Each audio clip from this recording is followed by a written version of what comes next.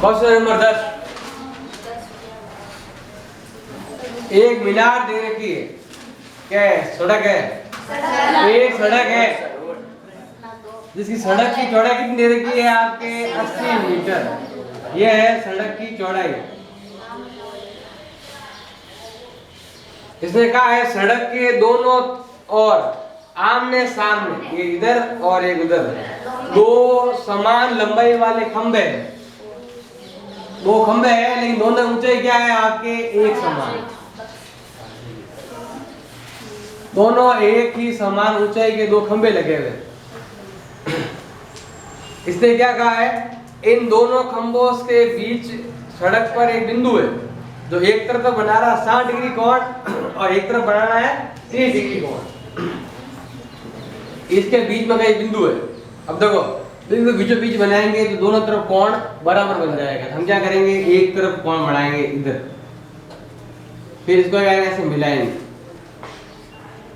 फिर इधर भी ऐसे मिलाएंगे, तो एक तरफ तो कोण कितना बढ़ेगा आपके 60 डिग्री का।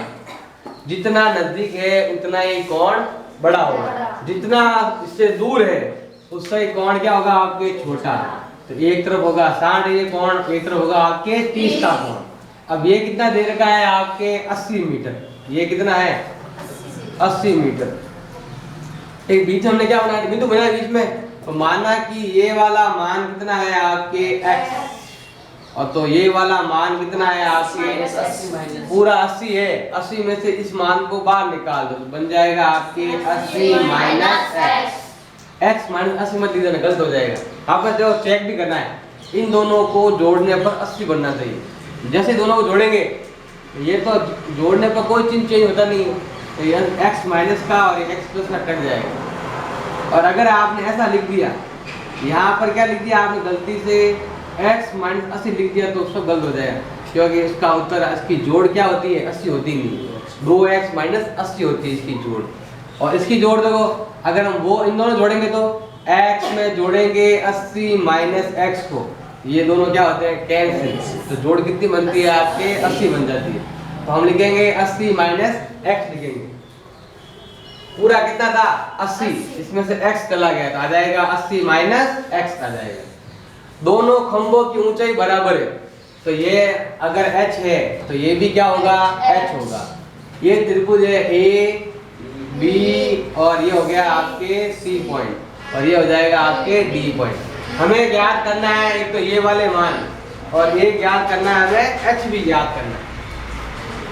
दो त्रिभुज है, पहला ये त्रिभुज ले लो, इसका नाम क्या है त्रिभुज a b c से, ये लंब है और ये क्या है आधार। लंब आधार किस में आते हैं 10 में, तो हम लेंगे 10 कितना डिग्री 60 डिग्री। 10 कब आता है जब लंब आधार ज्ञात कर ले। 10 60 का मान √3, लंब कितना है h, आधार कितना है x, ये आ गया h और ये आ गया x। फिर से गुणा कर लेंगे, इसको इससे गुणा कर लेंगे तो h का मान क्या आ जाएगा √3x। तो यही तक करना है। इसको मान लो समीकरण नंबर 1 मान लो, या आपने समीकरण ये दूसरा ज्ञान पहले ये याद कर लो, क्या नाम है CDE से, वही यहाँ पर आधार है और ये लंब, दोनों ज्ञात करने हैं। तो लंब आधार किस में आते हैं 10 में। 10 कितना डिग्री है 30 डिग्री, बराबर हो गया है लंब बटा आधार। 10 30 का मान 60 में कितना होता है 1/√3, ये है लंब और ये है आधार। तो ये तो है h और ये है 80 माइनस x। इसको इससे गुणा, इसको इससे गुणा, तो √3h बराबर होता है 80 माइनस x।